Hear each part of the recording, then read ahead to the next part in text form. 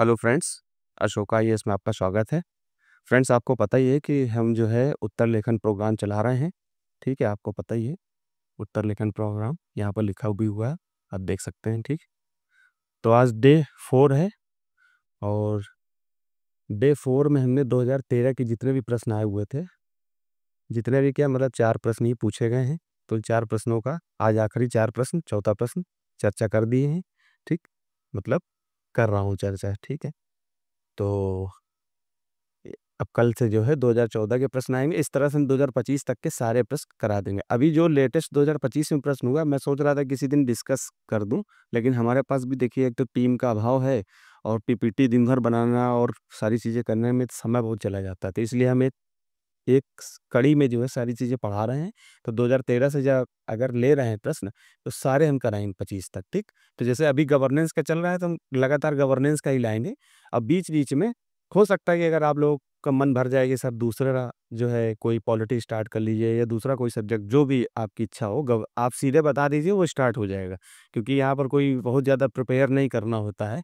Prepare करने का मतलब मुझे, मतलब आपको पढ़ाना है तो मुझे अलग से प्रिपेयर करना होता है। लेकिन जैसे आपने मुझे कमांड दी कि आप जो है उत्तर लिखिए, तो मुझे ज़्यादा देर नहीं लगेगी उत्तर लिखने में। ठीक है, तुरंत सोचना है और लिख देना है।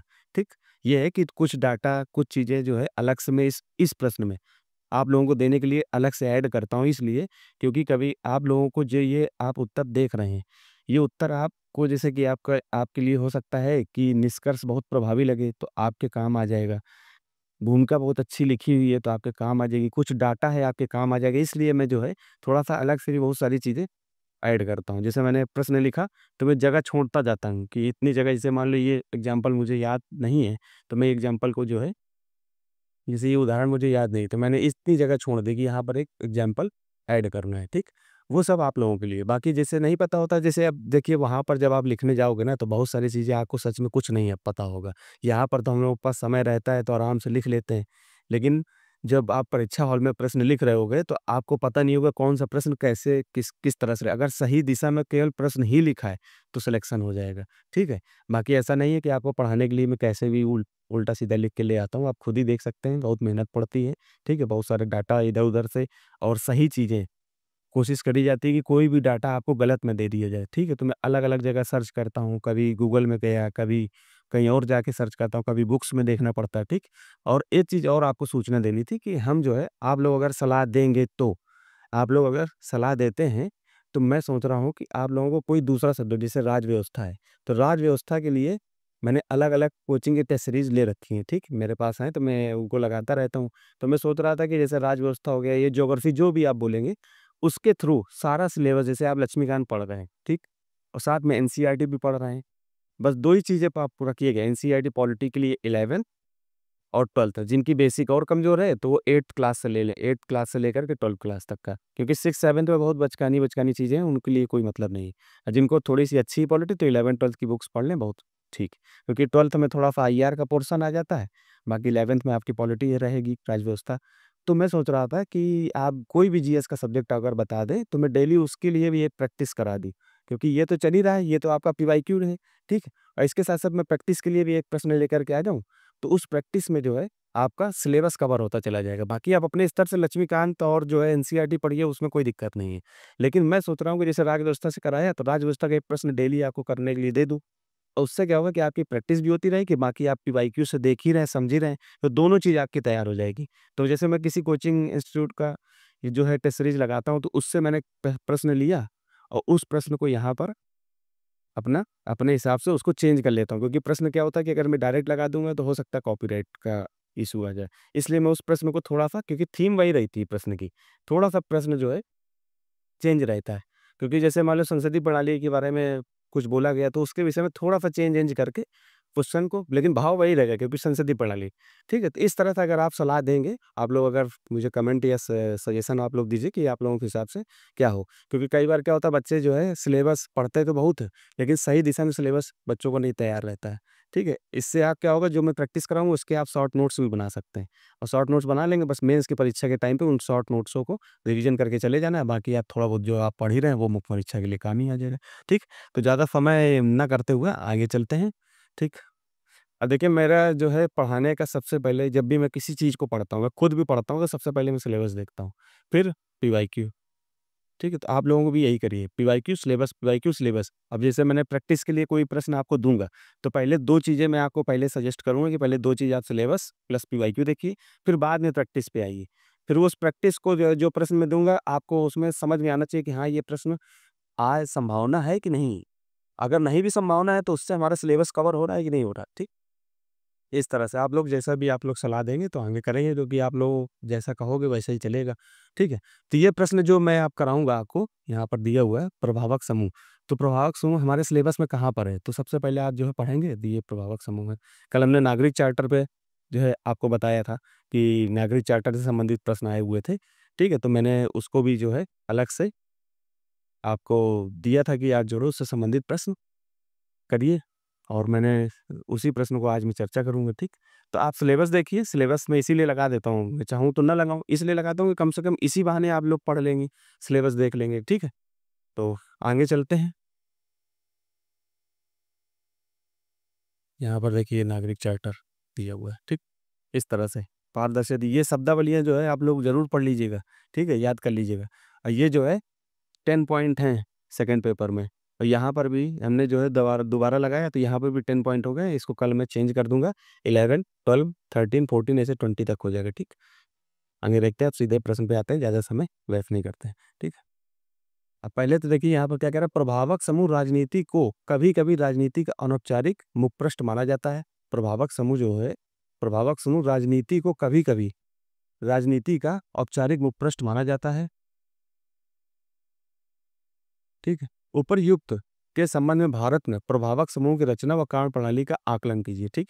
तो पहले तो देखिए यूपीएससी की सबसे पहली चीज़ ये है कि आप इतना बड़ा प्रश्न दे कर के डरिए मत, ठीक है? मैं शुरुआती स्टेज में इतने बड़े प्रश्न लेकर के आ रहा हूँ, तो आप ये सोच रहे होंगे कि देखिए किस तरह से बड़े-बड़े प्रश्न लेकर के आ रहा है, इसको शुरू में छोटे-छोटे 1 लाइन वाले प्रश्न लेके आना चाहिए। लेकिन आप यहाँ पर ये देखिए प्रभावक समूह को प्रभावक समूह राजनीति का कभी-कभी राजनीति का अनौपचारिक मुखपृष्ठ माना जाता है, ठीक है? इनफॉर्मल फेस मैंने इंग्लिश में भी डाल दिया है। बाकी कल जो प्रैक्टिस के लिए दिया था यही प्रश्न, वहाँ पर मैंने पूरा प्रश्न ही इंग्लिश में लिखा था। यहाँ जगह नहीं होती तो मैंने यहाँ पर नहीं लिखता हूँ, ठीक? माना जाता है उपरोक्त संबंध में प्रभावक समूह की संरचना कार्यप्रणाली का आकलन कीजिए, ठीक? तो प्रश्न यहाँ तक क्या कह रहा है, इन्फॉर्मेशन यूपीएससी देता है, ऐसे प्री में भी करता है। यहाँ तक आपको कह रहा है कि एक वाक्य में उसने अपनी बात रखी, ठीक है?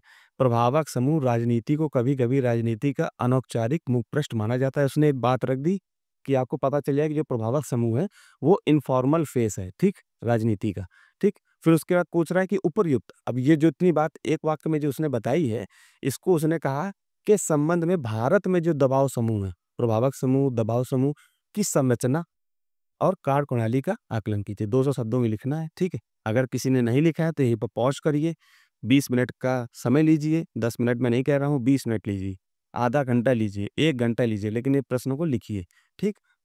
शुरू में समय लगेगा, कोई दिक्कत नहीं, मैं तो कहता हूँ पूरा दिन लग जाए, आपको शब्द बनाने में। आप धीरे-धीरे भाई धीरे-धीरे ही प्रयास करोगे तभी तो काम चलेगा। एक-एक शब्द जोड़ना पड़ेगा, जोड़िए। देख के लिखना है, देख के लिखिए, कोई दिक्कत नहीं।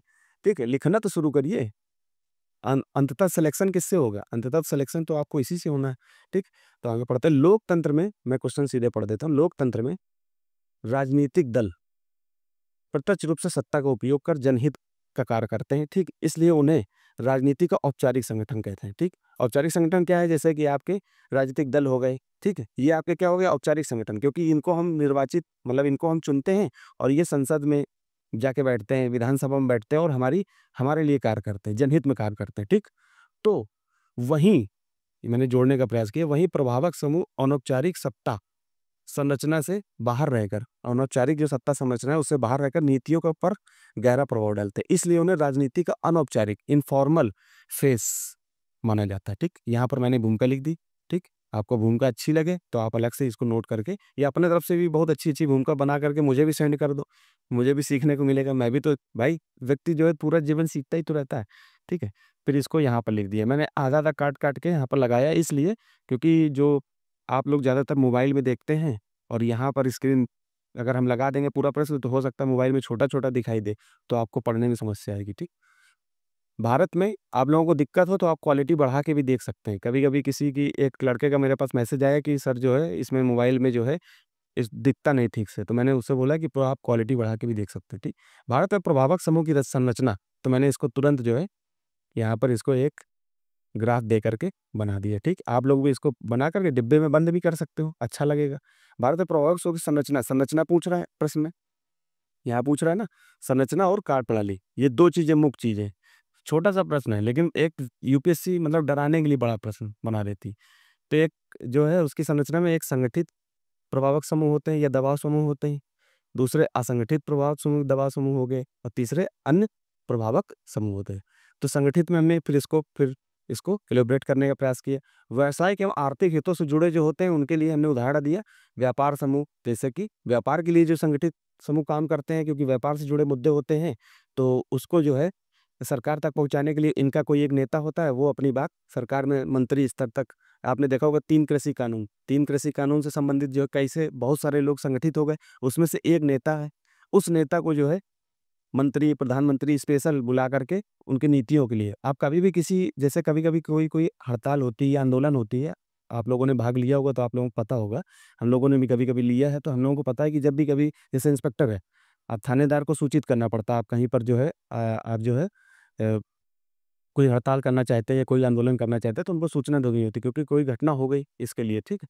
तो क्या होता है कि वो सबसे पहले कोई भी नेता आएगा या कोई अधिकारी आएगा तो सबसे पहले कहेगा कि आप लोगों का नेता कौन है? आप किसको नेता मान रहे हैं? तो मान लो 100-200 लोगों की भीड़ है, उसमें से एक कोई प्रमुख होगा। आप किसी भी देख लीजिए, अभी एसएससी प्रोटेस्ट हो रहा है, ठीक है? तो वहाँ पर भी आप देख सकते हो कोई एक तो नेतृत्व कर रहा होगा, तो उस नेतृत्व से कोई मंत्री, विधायक या कोई कर्मचारी जो है अधिकारी बात करता है, ठीक? इसी तरह से यहाँ पर हर समूह में होते हैं। सबसे पहले आप बिज़नेस समूह में आप देखते हो व्यापार मंडल अध्यक्ष वगैरह होते हैं, ये क्या काम करते हैं? ये सब इस यही तो हैं, ठीक है? तो व्यापार समूह में फिक्की, एसोचैम, ठीक? फिर किसान संगठन में भारतीय किसान यूनियन हो गया, ठीक है? फिर श्रमिक संगठन में all India trade union Congress हो गया, ठीक? फिर आगे देखते हैं। फिर कर्मचारी संगठन में आपका रेलवे कर्मचारी संघ हो गया, ठीक? इसी तरह से असंगठित दबाव समूह जैसे पारंपरिक सामाजिक ढांचे से संबंधित जो होते हैं, असंगठित होते हैं, इनको संगठित नहीं बोल सकते। तो इनमें दलित संगठन हो गए, मुस्लिम पर्सनल लॉ बोर्ड हो गया, ठीक है। अन्य दबाव समूह में आपके पेशेवर तथा समसामयिक यहाँ पर होगा, सामयिक यहाँ पर ये इस जगह पे सामयिक मतलब कि वर्तमान मुद्दे जो करंट के मुद्दे चल रहे हैं।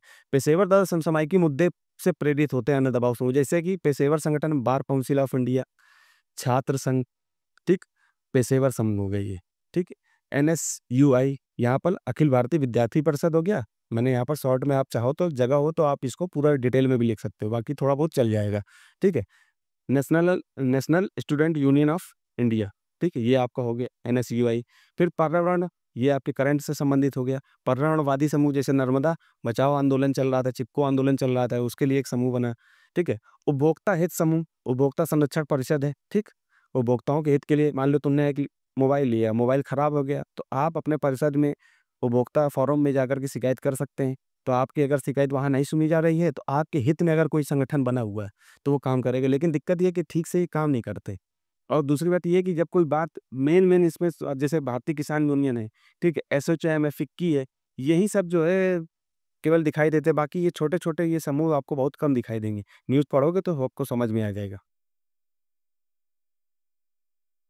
फिर आपका देखिए कार्यप्रणाली, हेडिंग डाला, नीति निर्माण को प्रभावित करना, ठीक? कार्यप्रणाली में क्या करते हैं ये इनकी कार्य क्या होते हैं, इसकी प्रणाली क्या होती है? तो ये तो हमने इसकी संरचना बता दी कैसे-कैसे संगठित, असंगठित और अन्य दबाव समूह। फिर हमने ये काम कैसे करते हैं? तो जैसे कि नीति निर्माण को प्रभावित करते हैं, जैसे 3 कृषि कानून से संबंधित था। सरकार ने बाद में उसको वापिस कर लिया। तो संसदीय व सलाहकारी समितियों को ज्ञापन देकर अपना मतलब बात कहते हैं।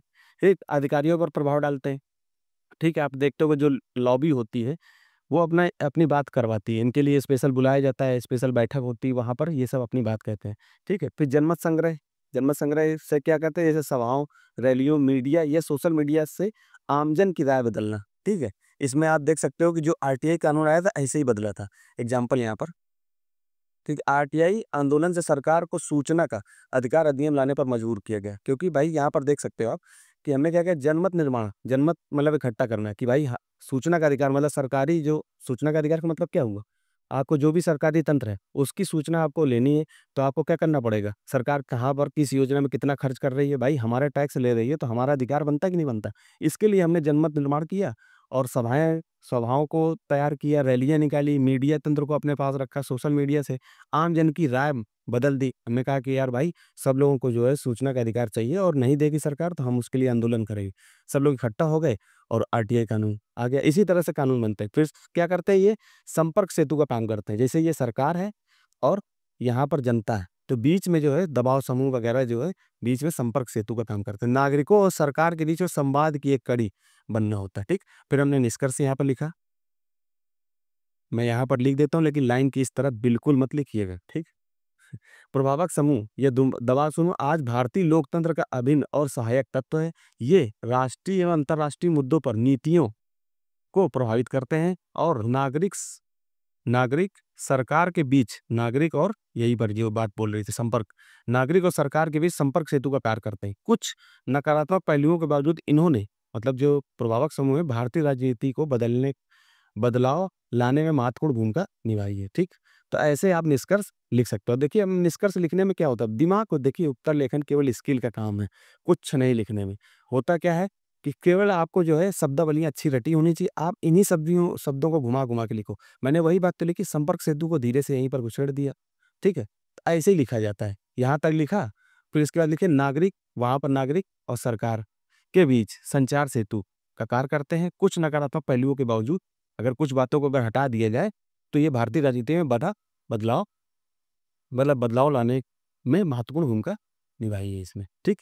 तो यहाँ तक उत्तर हो गया। आप लोग सलाह दीजिएगा कि हम प्रैक्टिस के लिए जो है, जो प्रश्न लाना चाह रहे हैं, कि जैसे आपका सलाह दीजिएगा कि जैसे मान लो पॉलिटी का मैं एक प्रश्न जो है डेली एक प्रश्न आपको दूँ, तो उससे क्या होगा कि आप लक्ष्मीकांत जैसे जो पढ़ रहे हैं, तो लक्ष्मीकांत पढ़ने से जो आपका टॉपिक तैयार हो, उसी संबंधित मैं जो है इसको बता दूँगा, या मैं निर्देश दे दूँगा कि आप पॉलिटी में आप संसदीय प्रणाली, कार्यपालिका, विधायिका, न्यायपालिका, ये जो टॉपिक आप अपने लक्ष्मीकांत से और एनसीईआरटी से, किसी भी सोर्स से, गूगल से, आप नहीं है बुक्स, आप ऑफिस में काम कर रहे हैं तो आपके पास समय नहीं, आप गूगल से सर्च करिए और पढ़िए, ठीक है? पढ़ने के बाद मैं प्रैक्टिस क्वेश्चन दे दूँगा आपको, आप प्रैक्टिस करिए और शाम को वही प्रश्न की प्रैक्टिस। तो वो क्या होगा कि जो भी आप पढ़ रहे हैं, उसका एक सिनॉप्सिस आपको मिल जाएगा क्वेश्चन आंसर के फॉर्म में। वो क्वेश्चन आंसर आपको मिल जाएगा तो आप क्या करेंगे, उसको बाद में इकट्ठा करते रहिए और बाद में जब मेंस के टाइम पे उसको रिवीजन करते रहिए। और मेंस के टाइम में वही प्रश्न आपके हूबहू वहाँ पर सेम टू सेम तो कोई नहीं, क्योंकि यूपीएससी को नहीं पकड़ सकता, लेकिन ये है कि सेम टू सेम नहीं, लेकिन आप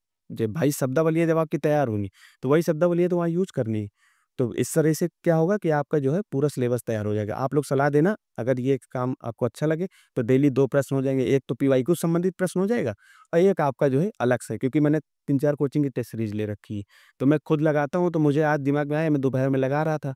फिर उसके बाद आप लोगों का पीवाईक्यू लिखा। तो मैंने कहा कि आज ये ऐसा करता हूँ कि उन प्रश्नों को डायरेक्ट आप लोगों को दूँ, जिससे आपका सिलेबस तैयार हो, क्योंकि मैं भी ऐसे ही सिलेबस तैयार करता हूँ, ठीक? तो यहाँ पर देखिए, ये 2014 का, देखिए 2013 तक के मैंने प्रश्न करा दिए। 13 तक के मतलब कि 13 से ही स्टार्ट किया, क्योंकि 13 में ही सिलेबस चेंज हुआ था मेंस का पैटर्न, तो इसी आधार पे 13 से मैंने प्रश्न उठाए, ठीक? तो मैंने 2014 के प्रश्न उठाए। अब क्या है कि लगभग 2 से लेकर के 5 प्रश्न प्रति वर्ष जो है गवर्नेंस से संबंधित पूछे जाते हैं, ठीक? तो इसलिए ये लगभग 20 नंबर से लेकर के 20 से 30 नंबर से लेकर के ये 60 नंबर तक की वैल्यू रखता है ये पेपर। तो ये समझ लिए, और बहुत छोटा सब्जेक्ट है, ज़्यादा बड़ा नहीं, बहुत छोटा है। इसको आराम से आप क्वेश्चन आंसर फॉर्म में पीवाईक्यू के रूप में मैं पढ़ा रहा हूँ, आप यहाँ से भी कंटेंट तैयार कर सकते हैं और स्वयं से भी एक कोई छोटी बुक या करंट विषय, सिर्फ एक मैगज़ीन आप कोई भी फॉलो करिए, उसमें गवर्नेंस संबंधित जो भी कंटेंट आता है, बस उसको तैयार करते रहिए, उससे आपका पूरे साल का कंटेंट तैयार हो जाएगा। बाकी आप थोड़े-थोड़े जो है बेसिक शब्दावलियों के लिए कोई बुक अगर हो, तो आप वहाँ से भी थोड़े-थोड़े शब्द तैयार कर लीजिए। बाकी सिलेबस में जो लिखे हुए शब्द हैं, आप स्वयं से तैयार करिए, नहीं तो मैं किसी दिन बीच में समय मिलेगा तो मैं जो है सिलेबस से संबंधित जो शब्दावली है वो ले आऊँगा और कुछ स्पेस छोड़ दूँगा और वो पीडीएफ आपको दे दूँगा, आप उसकी हार्ड कॉपी निकलवा के अपने पास रख लेना और जो भी सब्जेक्ट जो भी न्यूज़पेपर में कुछ अलग चीज़ आपको मिले, तो वो वहाँ पर शब्दावलियाँ ऐड करते रहिएगा, ठीक? अब मैं 2014 का प्रश्न है, कल से 2014 स्टार्ट हो जाएगा, तो यहाँ पे क्या संवर्ग आधारित सिविल सेवा संगठन, अब ये सिलेबस में है सिविल सेवा संगठन, भारत में धीमे परिवर्तन का कारण है समालोचनात्मक। अब ये देखिए, ये शब्दावली आई है, अभी तक ये नहीं आई थी, ठीक? समालोचना पूर्व परीक्षण कीजिए, इंग्लिश में भी है, पढ़ लीजिएगा, ठीक? इस तरह से जो है आपको पढ़ना है और यहीं तक रखते हैं फिर। ठीक, धन्यवाद।